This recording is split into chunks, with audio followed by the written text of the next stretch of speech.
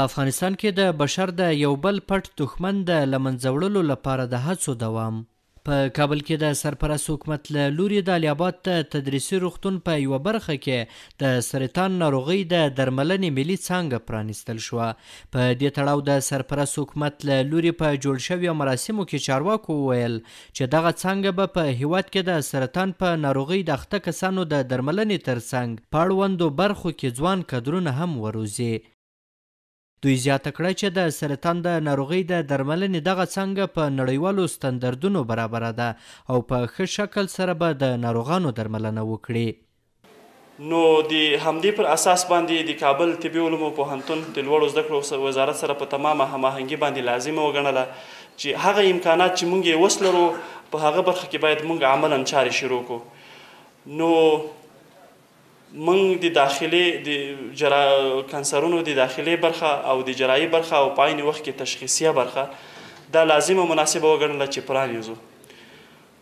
په لومړیو قدمونو کې د دغه لپاره یو څه مالي ستونزې او مالي ابعاد وو چې لله الحمد د اسلامي امارت په تمام ملاتړ سره موږ په دې وتوانېدلو چې د 250,000 امریکایي ډالرو په ارزښت باندې طبي وسایلو خریداري او د واردونو جوړولو اړوند چارې پیل شوې او نن الحمدلله په خیر سره افتتاح کوو.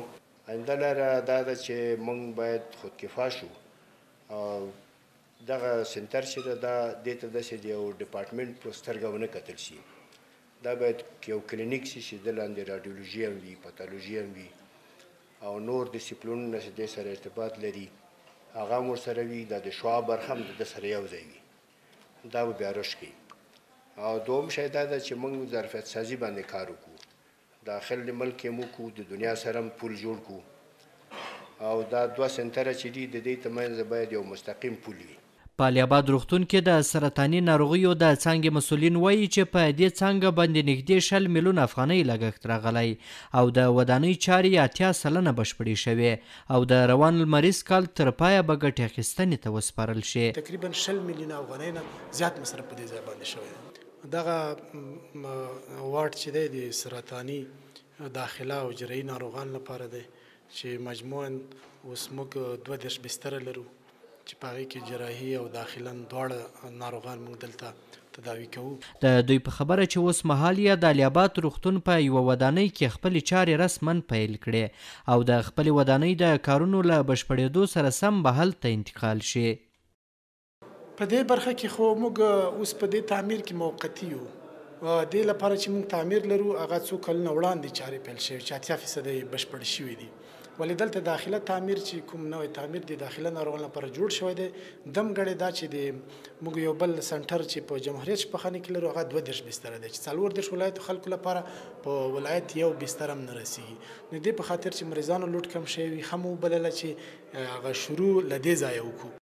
د الیاباد تدریسي روغتون په سرطان څانګه کې بستر ناروغان وایي چې دې ناروغۍ یې ژوند تریخ کړی او په خپلو پیسو یې د درملنې توان نه لري. او زه د سرطان په مریض اخته یم او زه د تقریبا د پروسه د 4مې میاشتې رئیس مریض یم او بیا په ایران کې مې عملیات کړي. بیا راغلم جمهوریت کې مې واکسین وکړ.